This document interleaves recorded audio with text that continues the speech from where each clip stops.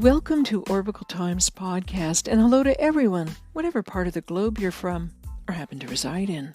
My name is Kelly Jo, and here we'll provide armchair conversations gathered from interviews and research reviews to explore the seen, the unseen, and the in-between of the supernatural paranormal phenomena, with topics that circle around Spirit Orbs, NDEs, OBEs, UFOs, time slips, mystical moments, higher consciousness, and more. I hope that this cast will be our meeting place and judge-free zone where we can explore, learn, and grow through the telling of. This cast will be launched on a monthly basis or a bi-weekly schedule whenever I'm able to make contact with those in the know for their telling of. Speaking of those in the know and the telling of, have you had mystical moments or other supernatural paranormal experiences? Care to share on this cast? Then consider stepping into the light with your telling of, or send in your monologue for me to read on this podcast. Simply email orbicletimespodcast@gmail.com for a chance to contribute to this cast. What is that? It seems that our object, under certain circumstances, goes from a dormant state to one of physical mutation. Quite extraordinary. You said the pellet mutates under certain circumstances. What are they? It alters in a moist environment at a precise 98.6 degrees. In my estimation, it's almost as if the device was designed to flourish inside the human body. Will you still be needing it? Needing what? I'm sorry to say there's nothing left. A little while after the last test, it disintegrated right before my eyes. I took it to be some sort of internal self-destruct mechanism. It's clever and effective. Not a trace remains.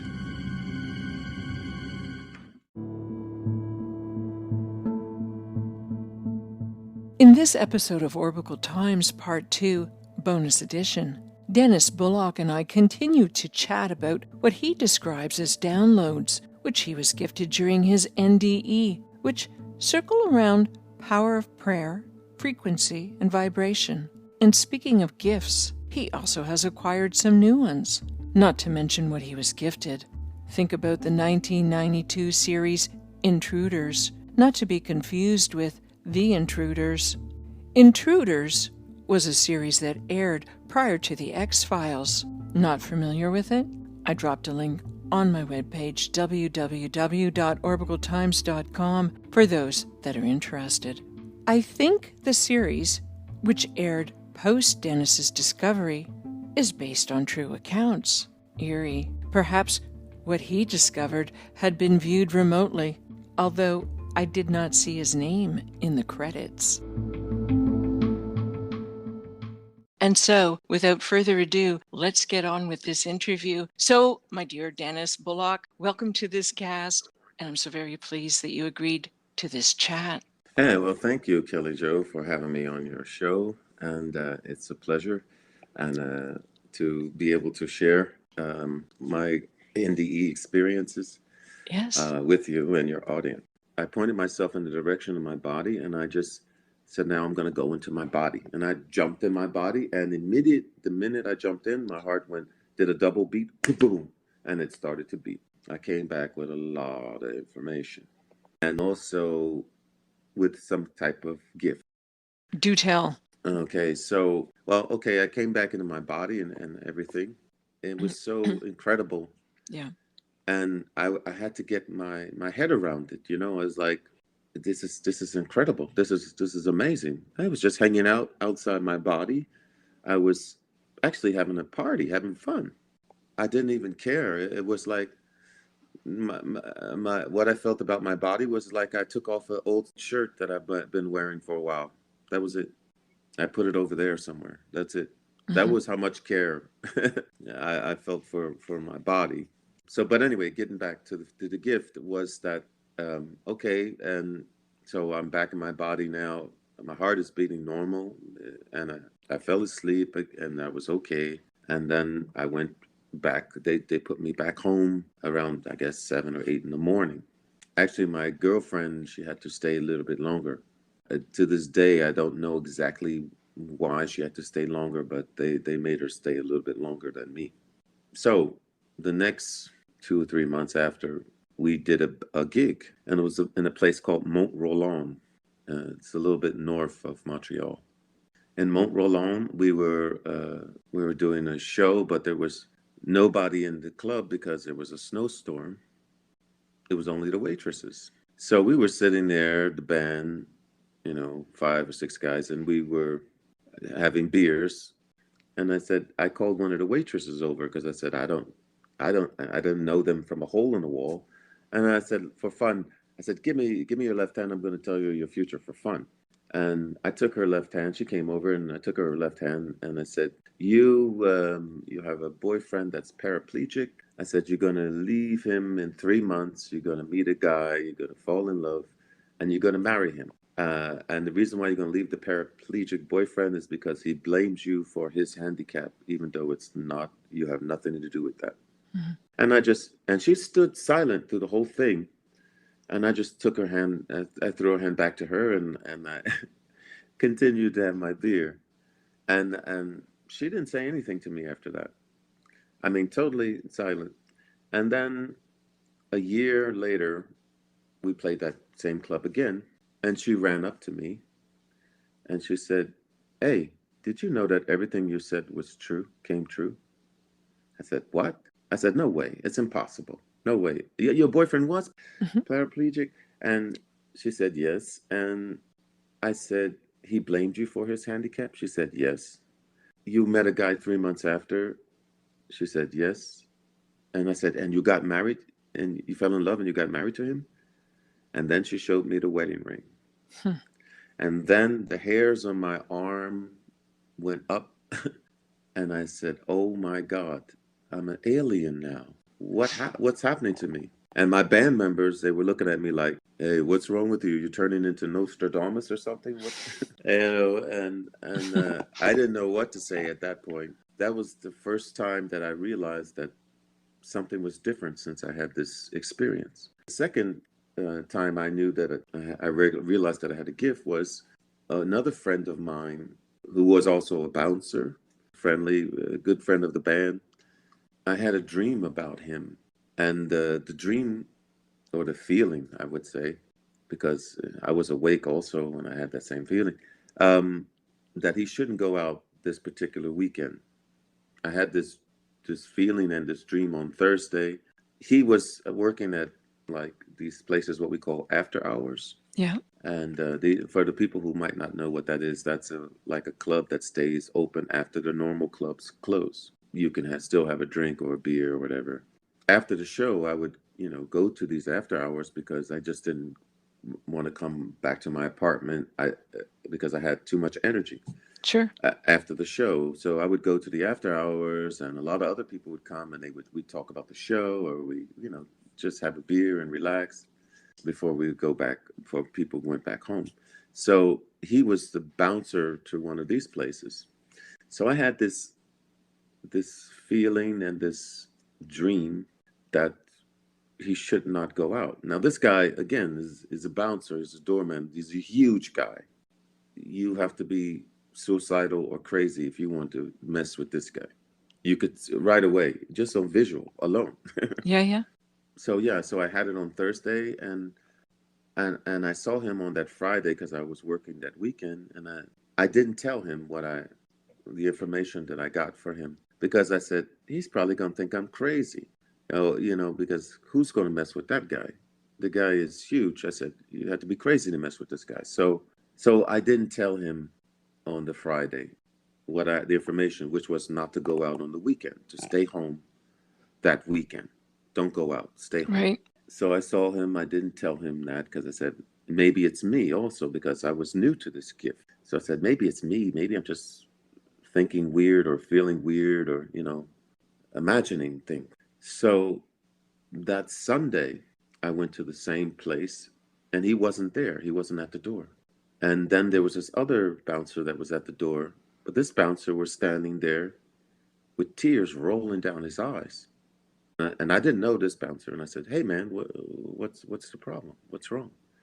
He said, you didn't hear? I said, no, this guy's dead. I said, what? What happened? On Saturday, he met this girl. They went to a hotel after he finished work. And this girl waited till he fell asleep and she sliced his throat.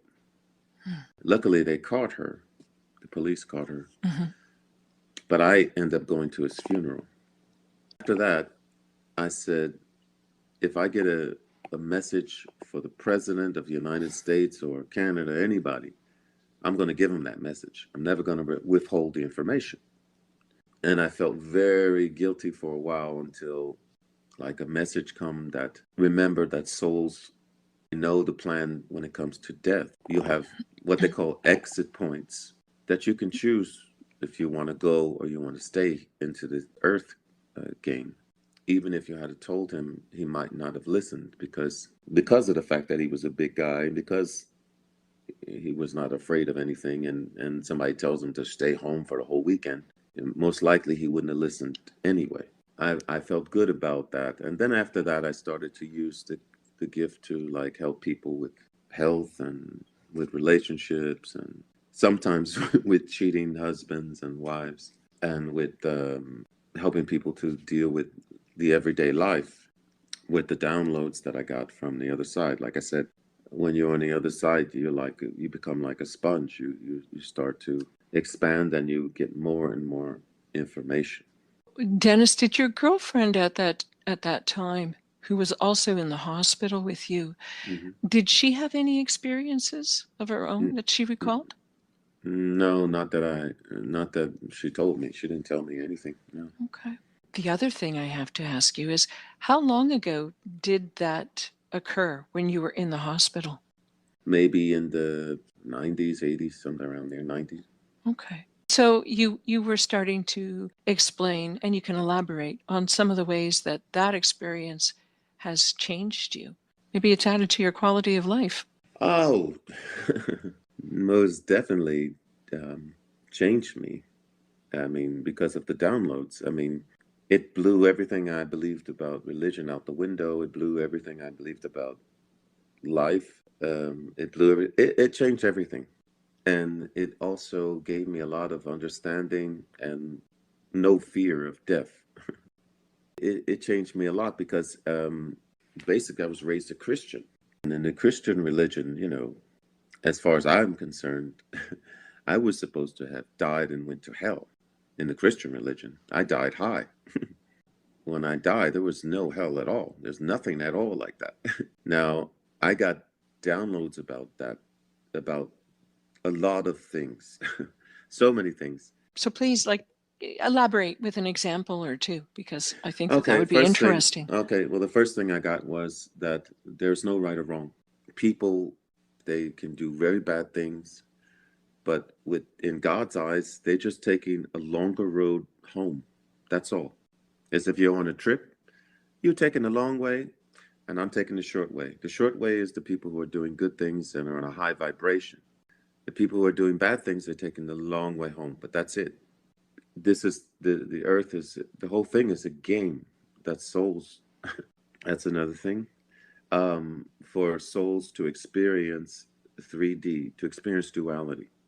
Because, for example, if you're in a room that's all white, you're white, you just don't know that there's other colors. You don't know the contrast. So you have to experience black and white to know, oh, I'm white. Oh, this is that. This is the same with love and light and all that. You have to experience all those things. That's why we have daytime, we have nighttime, all those things, so you know the difference. Because other than that, if you're only in love, you don't even know how hate is or how it should be or what it is.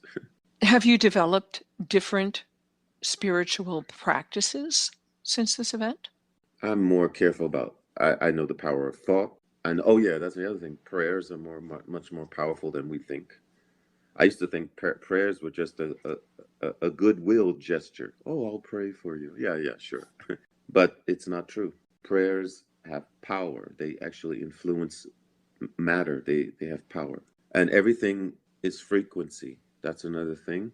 I also got downloads about what's happening today, why the whole world or half the world has went crazy because the frequency has changed. And also the earth decided to leave 3D. And here's another thing, the earth is alive.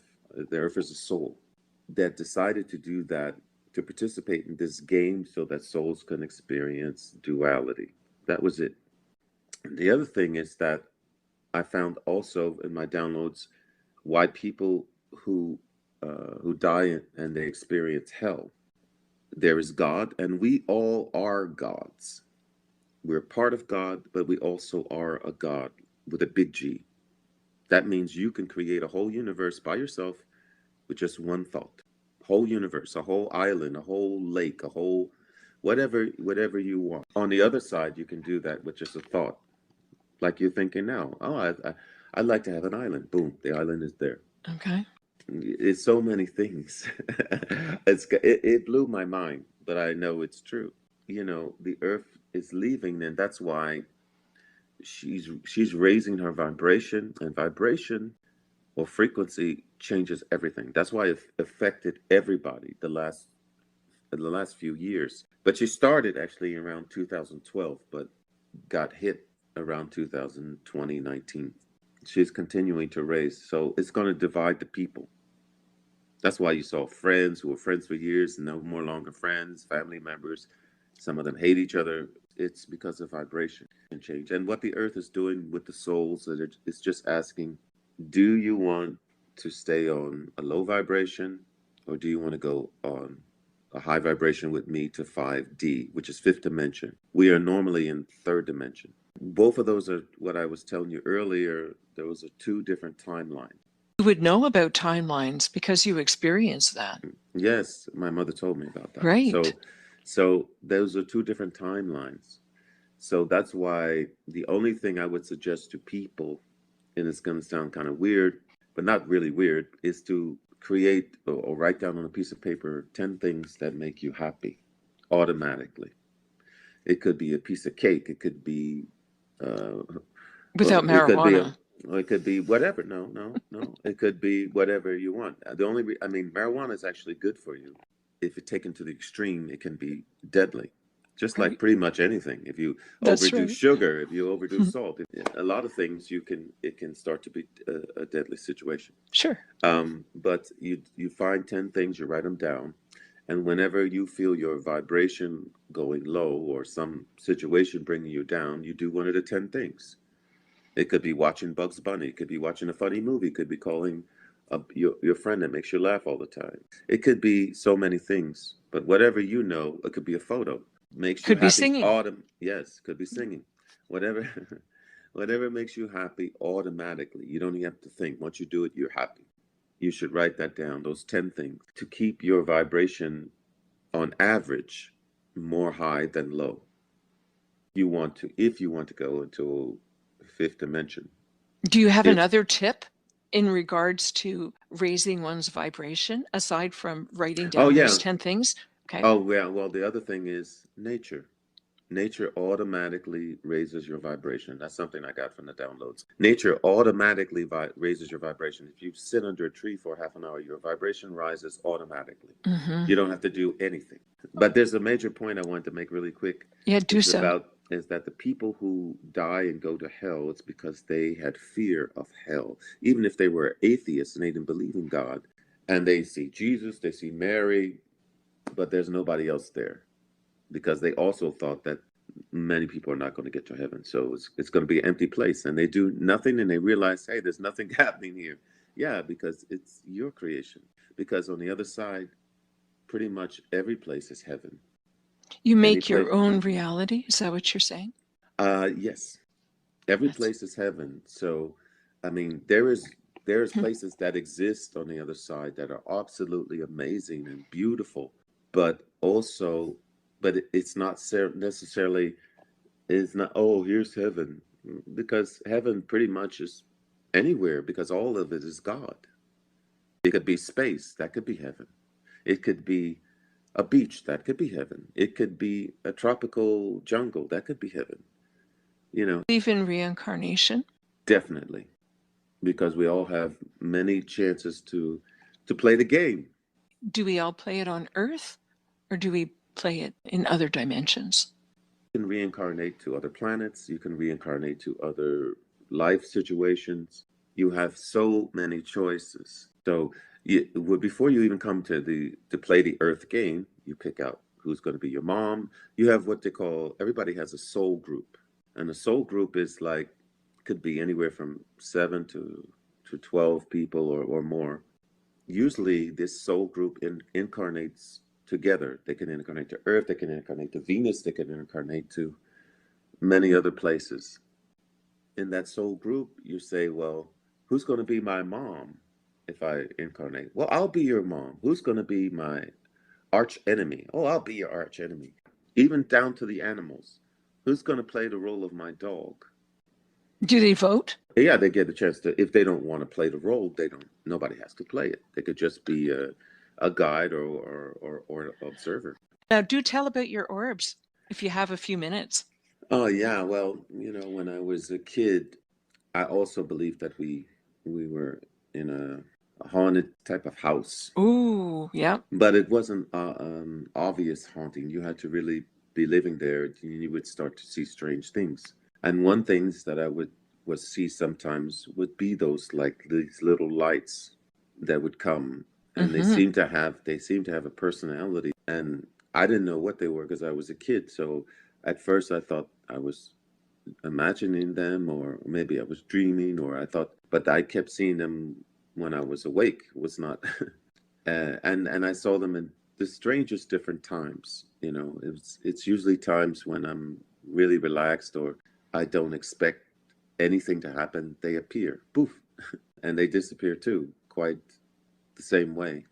So I always wondered about them, and I didn't tell anybody about them because I had a lot of strange things happen in that house. So that's why I didn't really mention. I thought they were probably ghosts or something, but they were small balls of light. That you can see with your naked eye? Yeah. Yeah. And I mean, there's different theories as to what they are. Well, I mean, first thing I realized that another type of entity. And that's because I'm one that I also know that aliens exist too. Yeah. And we'd be crazy to think that we're the only ones in the whole galaxy that are alive. Yeah, so, those are the two possibilities. I think they could be souls or they could be a type of entity. What do you think they're made out of? Light. Energy, yes. Yeah, exactly. Yeah. There's no definitive proof as to what they are, aside from seeing that they can change color or they are different colors and that they have light. Yeah, well, I think everything is in its raw form comes to energy. I mean, but there's, like I said, there's what I got in my downloads, that there's so much to what has been created by God that it's just amazing. So we only know the tip of the iceberg of what really exists. We don't even see all the colors, in the spectrum. What we're seeing is a small bit. So what's really out there, amazing. So many things. So have you ever seen a UFO? Yeah, I believe I did. But you're not sure? Well, because it was a UFO. Well, it's unidentified. Well, we can go into that, because I don't know if you've seen this movie called The Intruders. A similar situation happened to me once. I better go find it. It's called The Intruders. I was living in France at the time, and I was going on these, because I was jogging. I like to run sometimes. And this one time, something very strange happened. It was this big, giant Saint Bernard just appeared out of, I don't know how it even got to me, but it just appeared and started to run with me.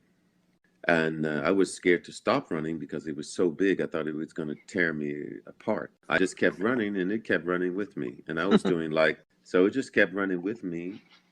And then all of a sudden, it wasn't with me, and I couldn't remember when it left. And I finished the run, and there was no dog. I don't even remember when it left. So, and I would have remembered that, because that dog, it was like a lion decides to jog with you. I started to have a nosebleed. Oh. And my nose, I don't bleed. I don't have nosebleeds. Right. So I kept having this nosebleed, and I said, "What is that?" And then I took a Kleenex and tried to clean it, and then I took tweezers to just No. pluck hair. I pulled something out, and it was a piece of metal. No. Yes. And this metal, it was like a square box, but it had spikes on the end of it. What? And I put it in a Ziploc bag because I wanted to show people. I said, I can't believe this. This is crazy. What is this doing in my nose? Within maybe 5 minutes, this metal with spikes in it turned into a drop of water. No. Oh my gosh. And then 2 years later, I saw the movie The Intruders, and I realized what had happened. So you've had paranormal experiences. Yeah. Do you still have paranormal experiences? Like, let's say in the last, 10 years. Like I said, since the NDE, I do parties now, and I help people. Like I said, I can read energy. I can tell people about their relationships, about their health, like I said, I do sessions for people. I read people's energy. I found out that I could do that, which is basically, you basically have all the answers, but you just don't inside of you.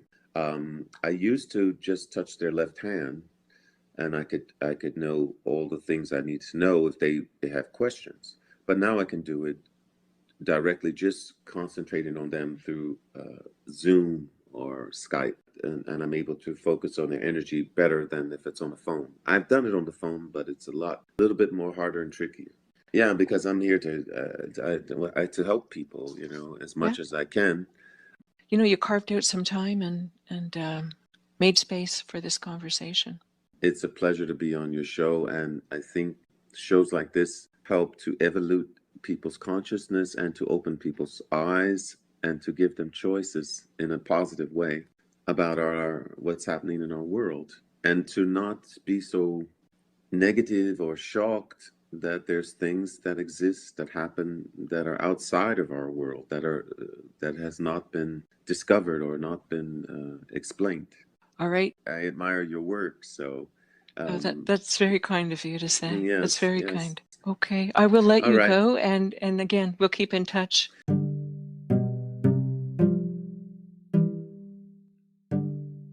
I would like to keep this cast a commercial-free zone. In light of that, please consider subscribing to my YouTube channels. All my orb videos are available by using the handle @Spirit Orbs Sightings, or visit my new channel with the handle @Orbicle Times Podcast.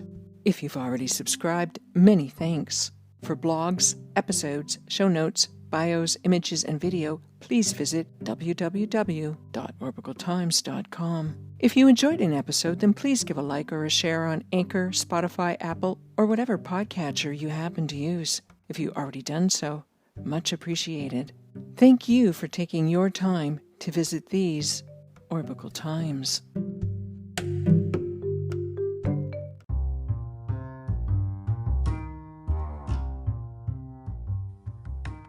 Orbicle Times Podcast is written, produced, edited, and hosted by me, Kelly Jo, at Studio Spare Room.